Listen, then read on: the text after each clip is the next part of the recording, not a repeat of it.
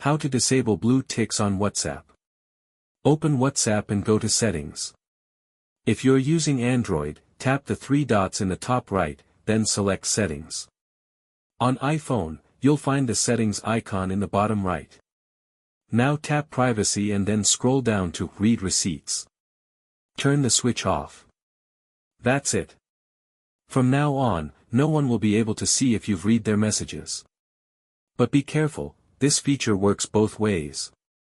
If you disable it, you won't be able to see other people's blue ticks either. It's a fair trade-off, to ensure privacy for both parties. Another important thing to know is that disabling blue ticks doesn't apply to group chats. In those, Read Receipts will continue to work normally, even if you have the feature disabled.